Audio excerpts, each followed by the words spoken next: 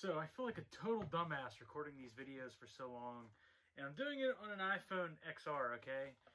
And I've changed the settings before, so we're now working at 4K, 60 frames per second instead of whatever dog shit quality these fucking videos have been. I was watching it in my last video, and it was like so cloudy and fucked up looking. It was not good.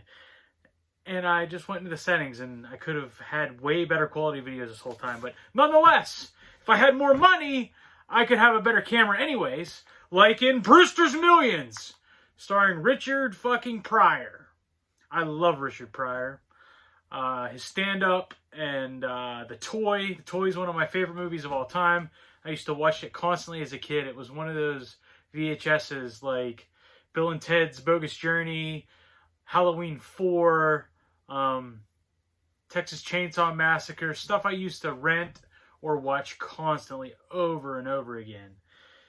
I watched this a lot as a kid, but as an adult, remembered jack shit about this movie.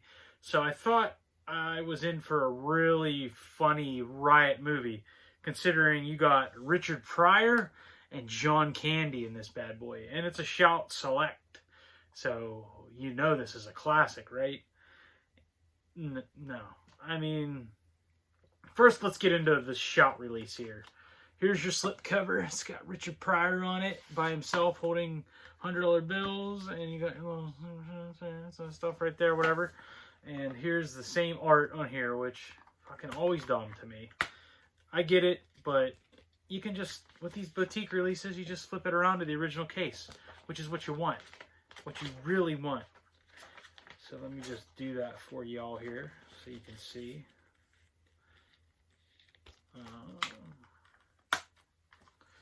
Voila, the original VHS poster, whatever. Here's the disc, which is just a fucking screenshot from the movie of him and John Candy smiling. That's weird. Okay, this reminds me of the Shout Select. I have the Wizard. I'll have to review that someday. There's more to say about that one than this, because the special features in this, they have this original Brewster's Millions movie from 1945 that I started watching and found it fucking as interesting as flies fucking, to be honest, or watching paint fuck. It's these guys just talking in these rooms, and I fast forwarded and they just keep talking.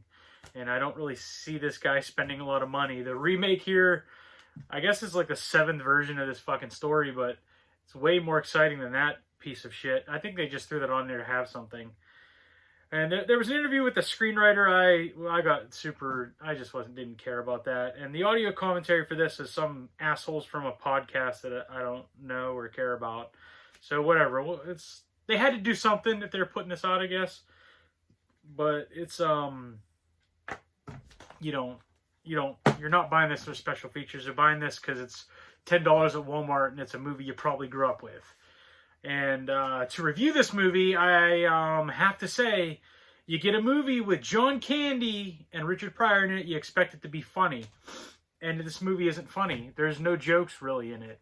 There's like 2 or 3 times where I laughed in this movie, and there was like a little chuckle, and that was it.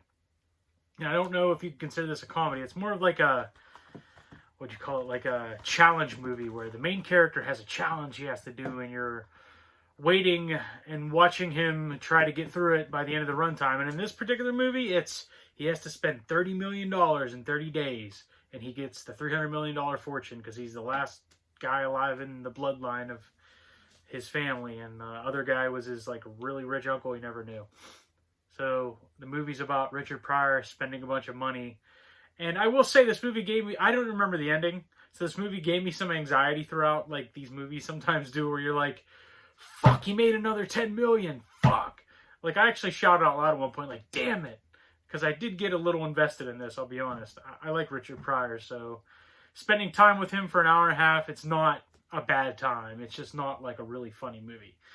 And up until the ending, I didn't know what was going to happen. And you knew the one guy was like kind of shady, and he was going to have this extra bit of money or whatever that wasn't going to be accounted for. And you're like, how does he get out of it? And I won't spoil it, But the movie ends and abruptly cuts to credits without any kind of follow-up on Richard Pryor or how this relationship that builds with the movie goes or what happens. They just kind of walk out a door and it's the skyline of New York. It feels like they just ended it. There's some good political stuff in here with his campaign of Vote for Nobody, which I thought was entertaining. Overall, it's an entertaining movie. It's a light watch. It's something to throw on, but man, you're not going to laugh a lot, and it's not super exciting, I would say. It's not the best Richard Pryor movie. So if you happen to see this in Walmart, it's worth $10. The transfer is pretty good. There's a couple scenes that are a little blurry, but it's mostly looks fine. If you were to tell me there was a 4K release coming out for this, I wouldn't buy it. This is perfectly acceptable. This is like the end of the line for this movie, in my opinion, on home video. There doesn't need to be any more releases of this. So if you like Richard Pryor and John Candy, why don't you spend an hour and a half with him in this movie where he spends a bunch of money on stuff. And it's the mid-'80s in New York. Brewster's Millions, Shot Factory. Check it out. Subscribe, like, whatever the fuck. Listen to the podcast. This is just a little quickie review here. It's all right.